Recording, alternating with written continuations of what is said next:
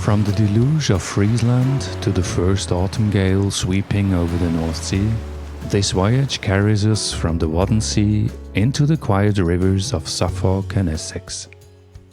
Between wind and moonlit tides, we anchor in silver marshes, find Darwin's Beagle in muddy smuggling creeks, and Thames barges at Pinmill.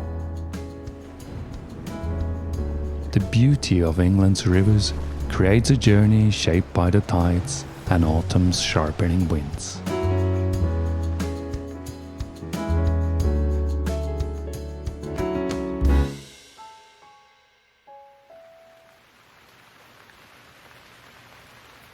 We planned to sail from the Netherlands to England to further explore the rivers of the East Coast and retrace their sailing history.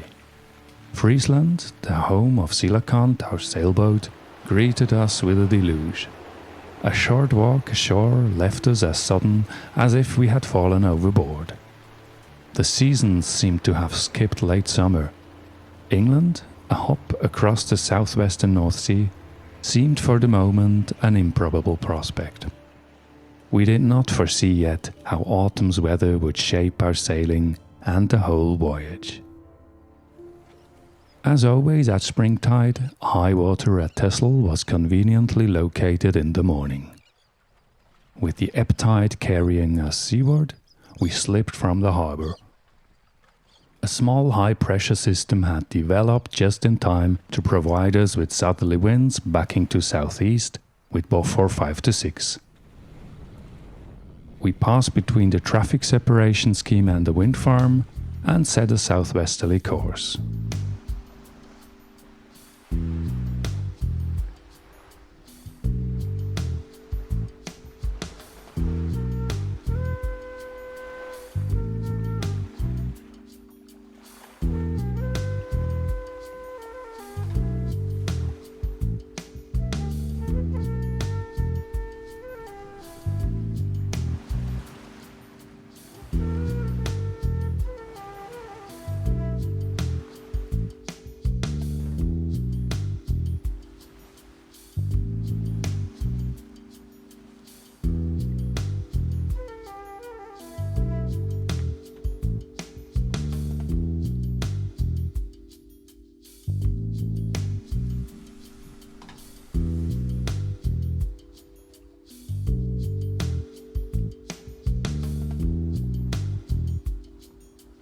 The sea, of course, had its own will. Sea state was confused after days of southwesterlies, with short and steep crosswaves slowing the ship down. Yet for all the heavy traffic in this corner of the North Sea, we sailed between all the freighters and container ships without the need for the slightest alteration of course, though this would not last the night. The moon was full and the sky clear down to the horizon. We were just about to cross the deepwater route when we heard a nearby sailing yacht calling a freighter on the VHF radio. The sailor was requesting the freighter captain to alter course to avoid a close passing. After some back and forth, spiced with threats of reporting to Coast Guard, the freighter briskly swerved away to starboard, which set it lumbering directly in our direction. We were forced to luff up. Another freighter also had to steer clear. The original sailor, earnest defender of keeping course and speed, jolly sailed on.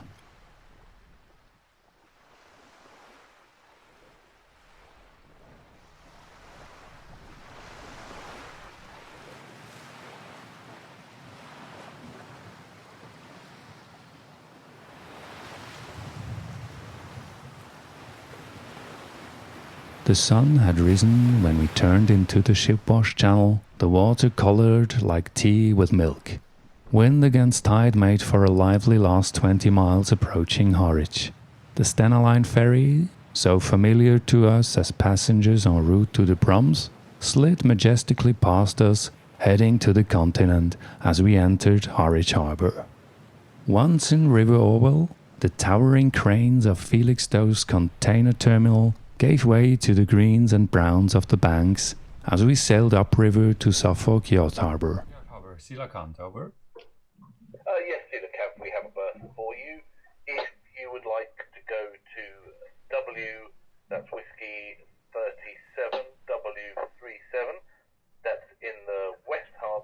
Thank you very much. That's Whiskey 37. An elderly gentleman from a neighbouring yacht paused to admire Silakand and inquired politely about her builder. The breeze must have obscured our reply, and what reached him was Huntington, Poland, rather than Hutting from Holland. One does worry if he then ordered a ghost ship, turning him into a flying Englishman.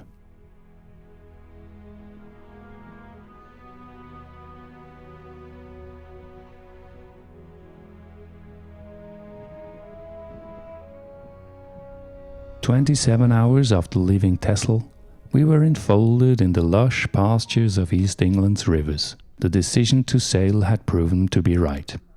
After a hearty early dinner in the nearby inn and some tidal calculations for the next day, we slept for 10 hours, peacefully dreaming of remote anchorages in East England's rivers."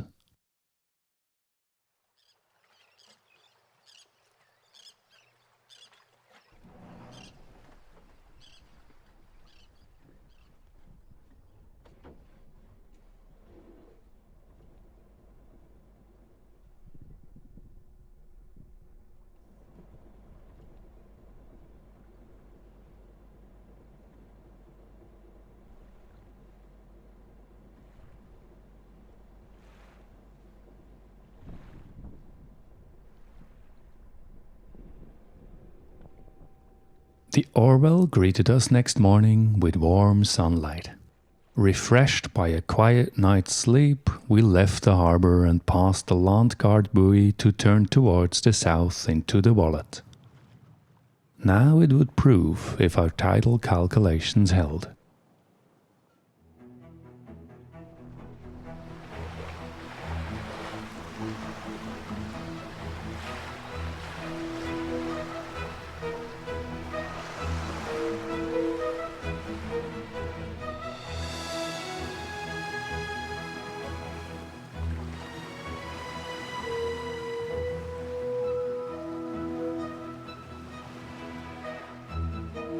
We tacked our way between Spitway's shoals, letting the tide carry us gently into River Crouch.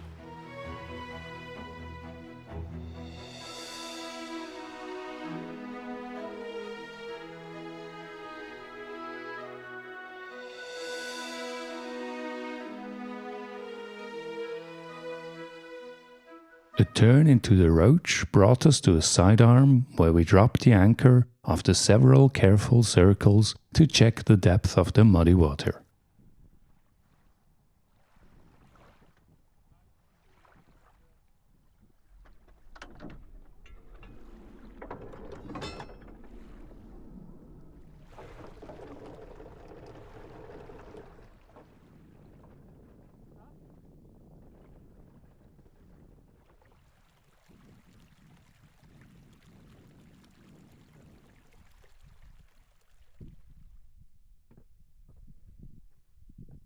It was springtide, and we eagerly watched the water ebb away from over 6 to 2 meters, leaving us with ample water beneath the keel to enjoy dinner in the cockpit.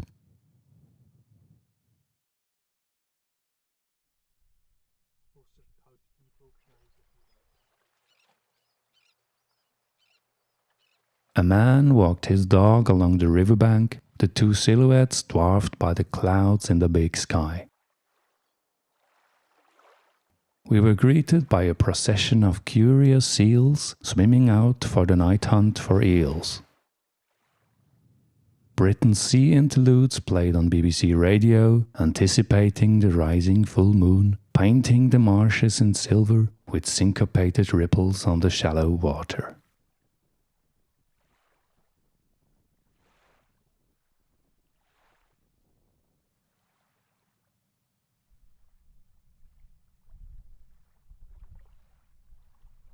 At 2 in the morning, at high water, I awoke to check our holding.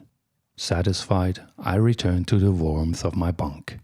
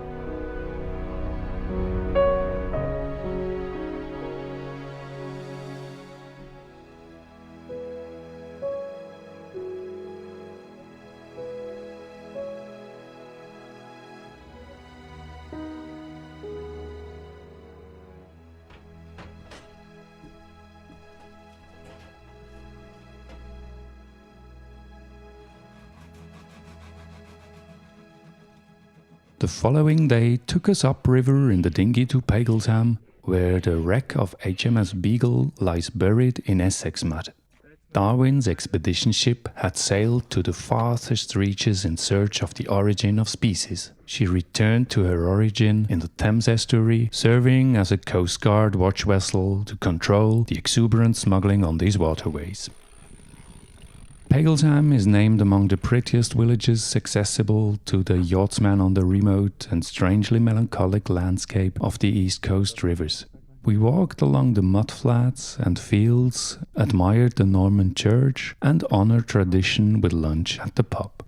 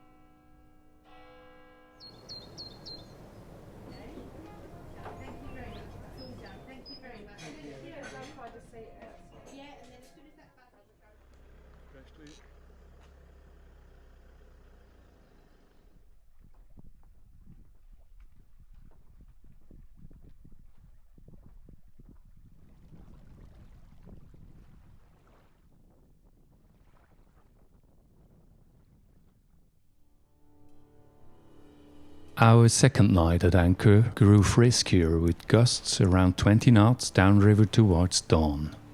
By morning we weighed anchor and sailed to Burnham-on-Crouch, an important port for 1,000 years. In the First World War it was a base for defense against the Zeppelins attacking London. Nowadays sailboats sway around their moorings and the waterfront is home to several yacht clubs.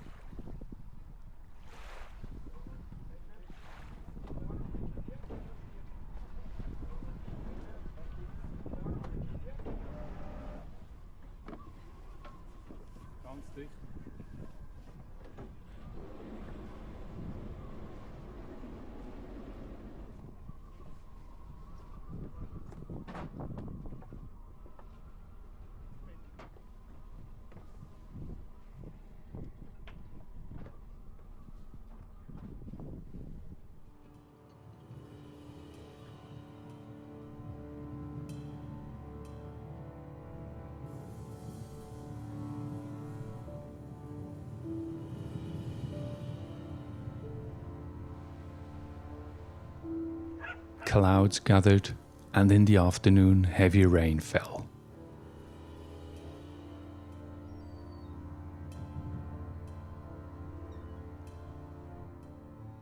Burnham-on-Crouch has a direct connection to London. We hopped on the morning train and spent the day browsing book and music stores. It had been a few years since our last visit to the city. At Stanford's, a pilot book for a new cruising ground was bought. After enjoying a feast of tandoori cuisine, we returned to Silakant and the tranquility of the harbour.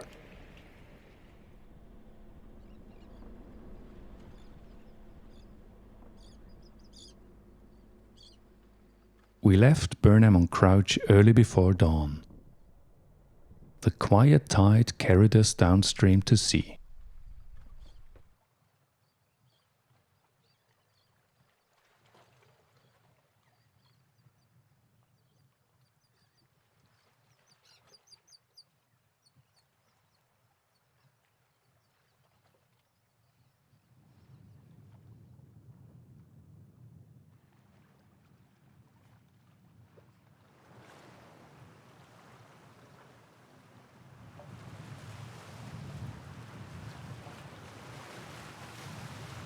On a broad reach, we passed the Walton backwaters.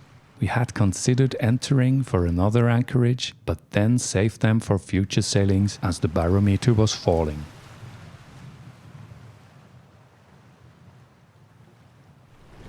Once again, we entered River Orwell. You actually can step in the same river twice, just in time for the flood carrying us upriver to the Royal Harwich Yacht Club.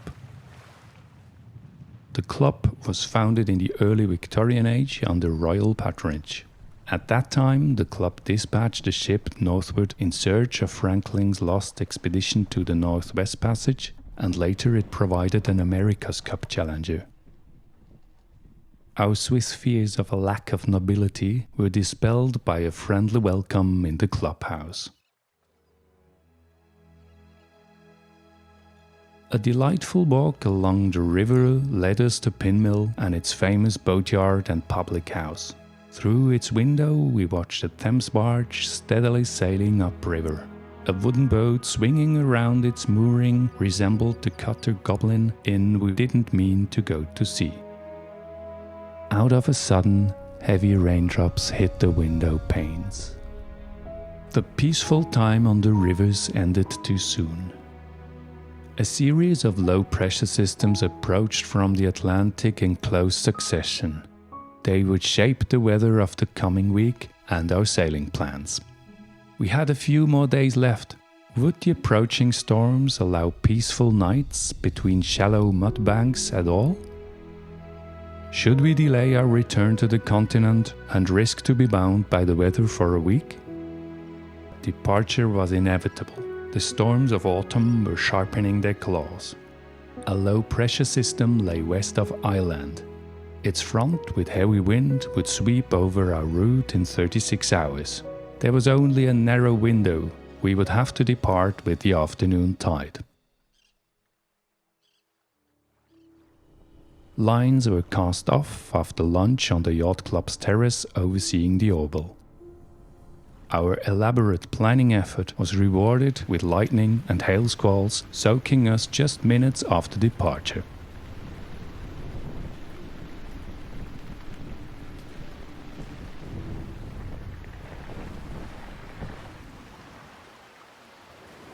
We hugged the coast and watched the last cumulonimbus towers pass on the radar. The squalls had sucked all the wind away for a calm moment, but then Silakant accelerated and stood offshore.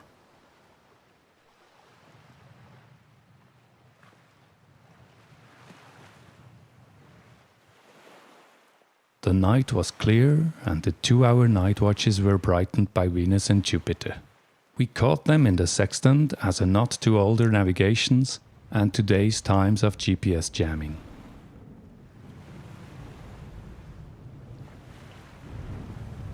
Far away over the Dutch coast, lightning flashed in giant clouds. A container ship with courteous precision passed behind our stern as we crossed the deepwater route. We sailed on a broad reach under Maine and Yankee sail. Our hopes for a calm sea and prosperous voyage seemed to come true. Freighter traffic was sparse until, off IJmuiden, we found ourselves besieged by freighters, wind parks, and even a forbidden explosive stomping ground. We slipped through the dense net gaps and set course for the long approach to Texel.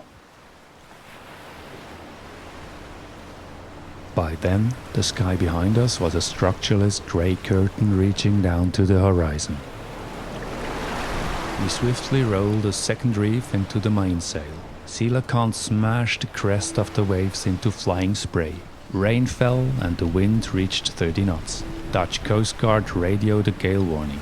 Had we been too slow running from the approaching storm? In the Schulpengat, the tidal stream turned in our favor just as planned and accelerated Silakant to almost 10 knots. We were flying, racing into the darkness.